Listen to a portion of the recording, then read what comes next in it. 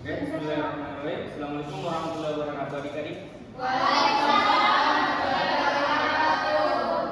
Apa kabarnya hari ini? Baik. Sebelum kita memulai pembelajaran, alangkah baiknya kita berdoa terlebih dahulu. Saya persilakan kepada ketua kelasnya untuk memimpin doanya.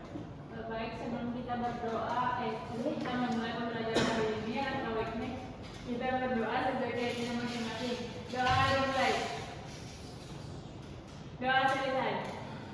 Oke, jadi karena kita sudah berdoa, berarti kita itu sudah siap mengikuti pembelajaran pada siang hari ini. Sebelum memasuki materi inti, saya tanya dulu kepada teman-teman sekalian, adik-adik sekalian, ada temannya yang tidak hadir? Ada semua, Pak. Alhamdulillah, tingkatkan ya. Ya, Pak. Sebelum masuk di materi transport pasif dan aktif, Bapak ini mengajukan dua pertanyaan. Yang pertama itu, mengapa ketika kita mencelupkan tangan kita ke dalam air laut yang asin dalam waktu lama, jari tangan kita bisa mengeriput? Apa yang terjadi dengan sentuh kita? Saya, Pak. Ya, silakan, Adilah. Jadi ketika tangan dicelupkan ke dalam air laut yang asin dalam waktu lama, jari tangan menjadi mengeriput karena terjadi proses osmosis. Air laut memiliki konsentrasi garam yang lebih tinggi dibandingkan cairan di dalam sel kulit, sehingga air di dalam sel keluar menuju lingkungan yang lebih pekat. Akibatnya, sel-sel kulit kehilangan air dan menyusut sehingga permukaan kulit tampak keriput. Nah, betul sekali ya jawaban dari temannya. Beri apresiasi. Bapak ingin mengajukan satu pertanyaan lagi. Ya, ada aktif ya. Ya, Pak. Bagaimana bisa nutrisi serta glukosa yang dibutuhkan oleh sel dapat masuk ke dalam sel? Padahal kadarnya di dalam sel sudah lebih tinggi daripada di luar. Saya, Pak. Saya, Pak. Karena dia yang sang tadi sudah ada berarti. Kalian? Baik, glukosa tetap dapat masuk ke dalam sel meskipun konsentrasinya di dalam sel lebih tinggi, karena sel menggunakan mekanisme transport aktif atau difusi terfasilitasi dengan bantuan protein pembawa pada membran sel. Pada beberapa kondisi perpindahan glukosa memerlukan energi berupa ATP agar glukosa dapat dipindahkan melawan gradien konsentrasi sehingga kebutuhan energi sel tetap terpenuhi. Nah, betul sekali ya. Oke, adik-adik sekalian, pada siang hari ini kita akan mempelajari tentang transport pasif dan aktif. Nah, langsung saja ke materinya ya. Apa? Nah, yang pertama itu kita itu harus mengetahui apa sih tujuan dari pembelajaran kita pada hari ini. Nah, saya harap itu adik-adik itu dapat menjelaskan konsep transport pasif seperti difusi dan osmosis serta faktor-faktor yang mempengaruhi proses difusi dalam sel. Bisa dicatat ya adik-adik? Ya, Pak. Yang kedua itu peserta didik dapat menganalisis peristiwa osmosis dan dampaknya terhadap kondisi sel seperti plasmolisis, Purkinje, krenasi, dan lisis. Yang ketiga itu peserta didik dapat menjelaskan proses transport aktif beserta mekanismenya seperti pompa ion, natrium kalium, kontrasport, serta endositosin dan eksositosin. Kemudian yang keempat itu ada peserta didik dapat membedakan transport pasif dan transport aktif berdasarkan kebutuhan energi, arah gradien konsentrasi, serta contoh peristiwa dalam kehidupan sehari-hari. Jadi pahami ya, Rik? Bisa, Pak. Boleh dilanjut? Lanjut. Yang pertama itu kita akan mempelajari apa sih transport pasif. Nah, transport pasif adalah perpindahan zat melalui membran sel yang tidak memerlukan energi ATP. Proses ini terjadi karena adanya perbedaan konsentrasi gradien konsentrasi, sehingga zat bergerak dari daerah berkonsentrasi tinggi ke daerah yang berkonsentrasi rendah hingga mencapai keseimbangan. Selanjutnya itu kita akan membahas tentang jenis transport pasif melalui difusi dan osmosis. Yang pertama itu ada difusi. Difusi sendiri itu merupakan perpindahan zat dari daerah dengan konsentrasi tinggi ke daerah dengan konsentrasi rendah hingga tercapai keseimbangan. Difusi dapat terjadi melalui membran maupun tanpa membran dan tidak memerlukan energi. Contohnya itu perpindahan oksigen dari udara ke dalam sel. Bisa dimengerti adik-adik? Bisa. Seperti yang mau diperhatikan dulu ya. Iya, Pak. Ya, kemudian selanjutnya itu dipengaruhi oleh beberapa faktor. Yang pertama itu ukuran molekul, suhu, gradien konsentrasi, wujud zat. Nah, faktor-faktor ini itu menentukan cepat atau lambatnya difusi. Bisa dimengerti? Bisa, Pak. Yang selanjutnya itu ada osmosis. Osmosis itu perpindahan air melalui membran semi-permeabel dari daerah dengan konsentrasi air tinggi ke daerah dengan konsentrasi air rendah. Proses ini sangat penting dalam menjaga keseimbangan cairan dalam sel dan lingkungan sekitarnya.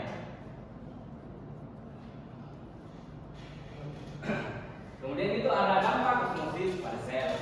Seperti osmosis dapat menyebabkan perubahan kondisi sel. Yang pertama itu plasmolisis, yaitu sel tumbuh kehilangan air dan menyusut. Kemudian itu ada bukit, sel tumbuh mengembang karena banyak air masuk.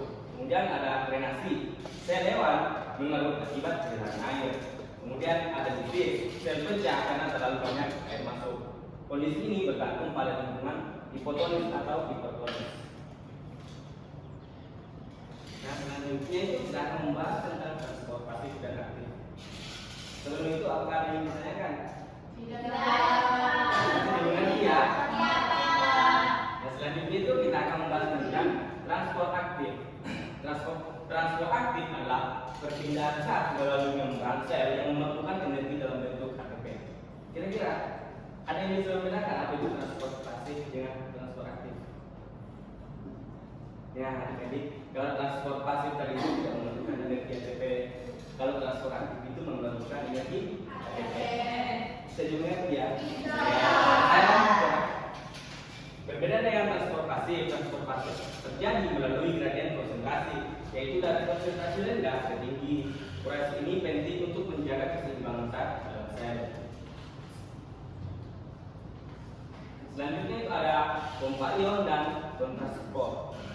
Salah satu bentuk transport aktif dalam pompa ion natrium kalium yaitu proses pengeluaran 3 ion Na+ dari sel dan memasukkan 2 ion K+ ke dalam sel dengan bantuan energi ATP. Selain itu, terdapat kontrasport, yaitu perpindahan dua zat secara bersamaan melalui protein membran. Misalnya transport sukrosa bersama ion H+ pada kumpulan. Bisa dimengerti? Bisa. Selanjutnya itu ada eksositosin dan eksositosin.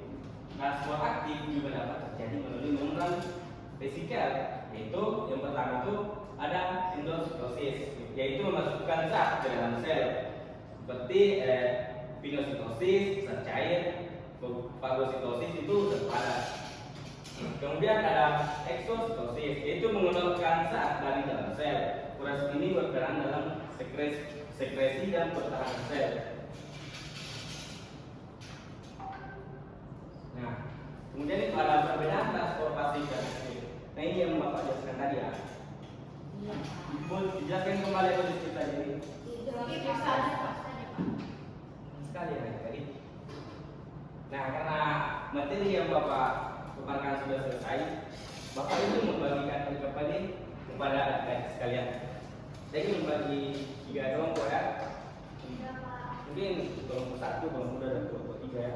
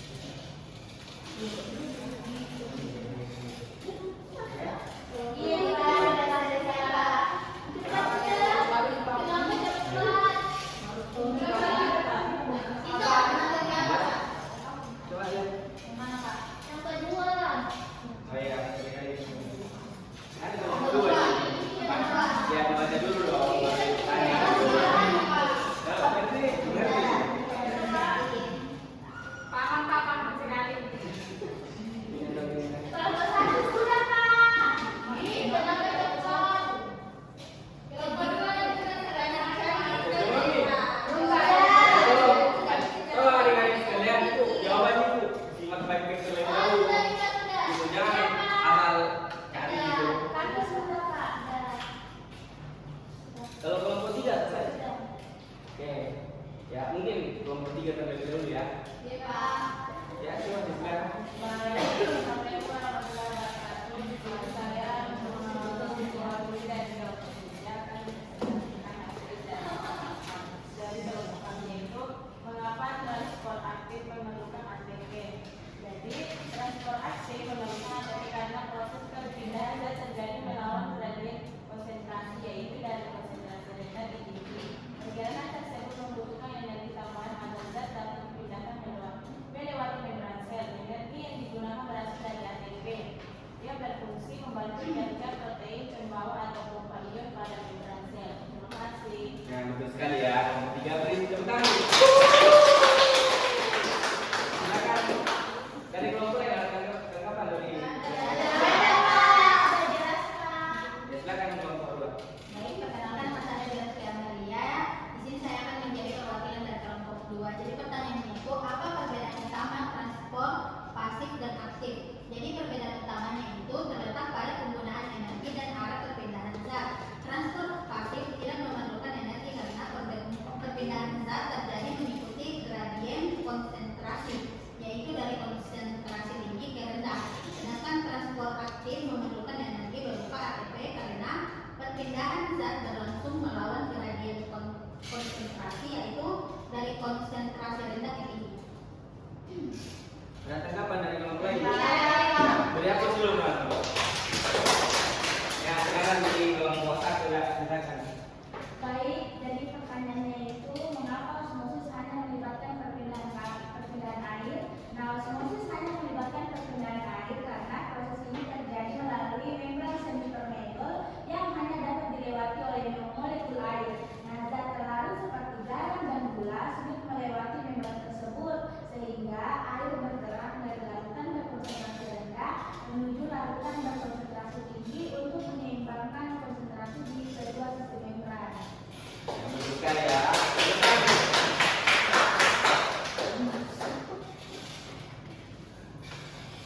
Oke, karena adik-adik sekalian sudah melakukan kerja kelompok dan jawaban adik-adik sekalian itu sudah sangat bagus, berarti adik-adik itu sudah memahami ya tentang transport pasif dan aktif.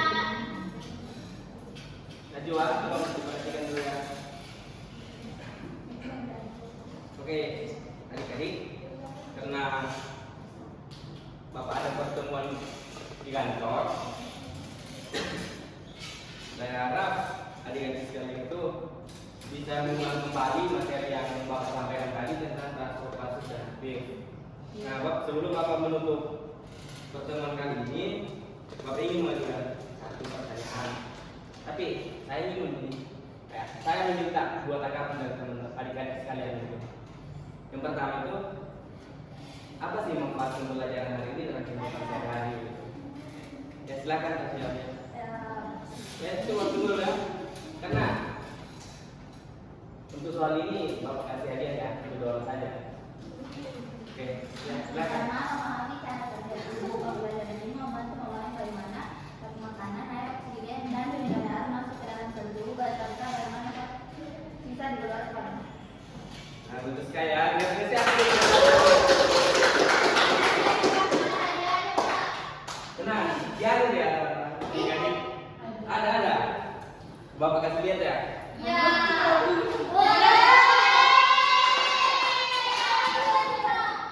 Karena ya, cuma ini yang cukup uang Bapak gitu. Ya, selanjutnya tuh ada lagi tuh Kak? Pertanyaannya itu, apa manfaat pembelajaran hari ini dalam kehidupan sehari-hari itu? Manfaat pembelajaran hari ini untuk kehidupan sehari-hari.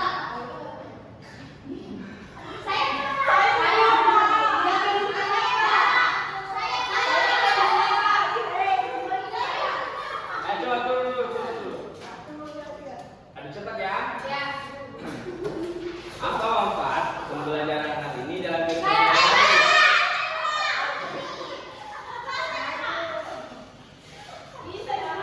Bapak jadi begini loh.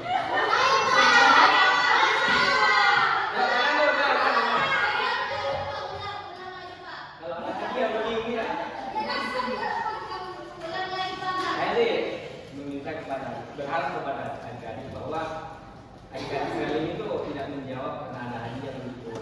Saya berharap kepada adik-adik sekalian menjawab sesuai kemauan adik-adik sendiri tanpa ada dorongan dari hadiah ini begitu. Karena lebih penting ilmu kalian sih daripada makanan ini.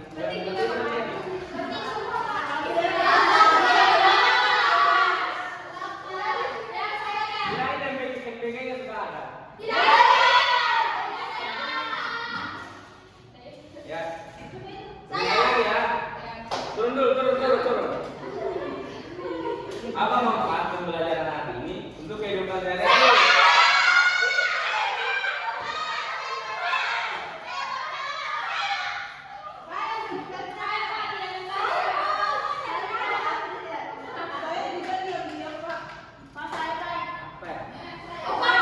Karena pertama kali kan sudah ada bilang dua, berarti mungkin Yudi dulu ya.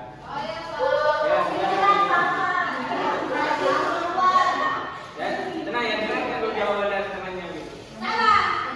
Iya, yang dua ada begitu. Jadi manfaat pembelajaran kita hari ini itu kita bisa memahami cara kerja tubuh dengan bagaimana zat makanan seperti air, oksigen, dan mineral masuk ke dalam tubuh serta bagaimana zat bisa dikeluarkan. Selain itu kita juga bisa mengetahui proses kesehatan dan penyakit seperti gangguan transportasi membran dapat menyebabkan penyakit tertentu sehingga materi ini membantu memahami proses terjadinya penyakit dalam tubuh. Nah, betul sekali. Ya, yang menjawab tadi Tasya lah yang pilih. Nah, kan ya.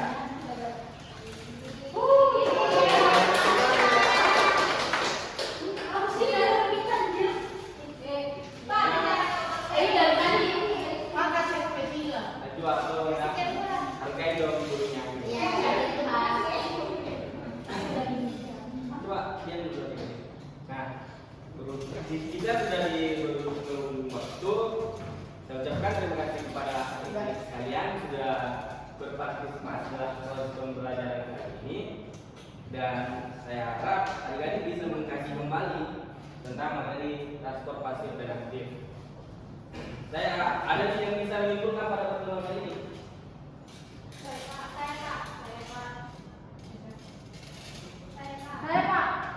Ya, silakan Nurhaliza. Jadi ada kesimpulan pada materi pembelajaran kita pada hari ini. Manfaat yang aktif itu merupakan dua mekanisme utama, terpindah dan melalui operasi berproses dalam menjaga keseimbangan internal sel. Nah, kalau transportasi itu sendiri tanpa menggunakan energi dan berlangsung mengikuti gradien konsentrasi dari tinggi ke rendah seperti pada diskusi dan osmosis. Sedangkan transport aktif itu memerlukan energi dalam bentuk ATP karena berlangsung melawan gradien konsentrasi dari rendah ke tinggi. Kedua, proses ini saling melengkapi dan mengatur keluar masuk zat sehingga sel dapat mempertahankan kondisi yang stabil dan menjalankan fungsinya secara optimal. Nah, bagus sekali ya tentang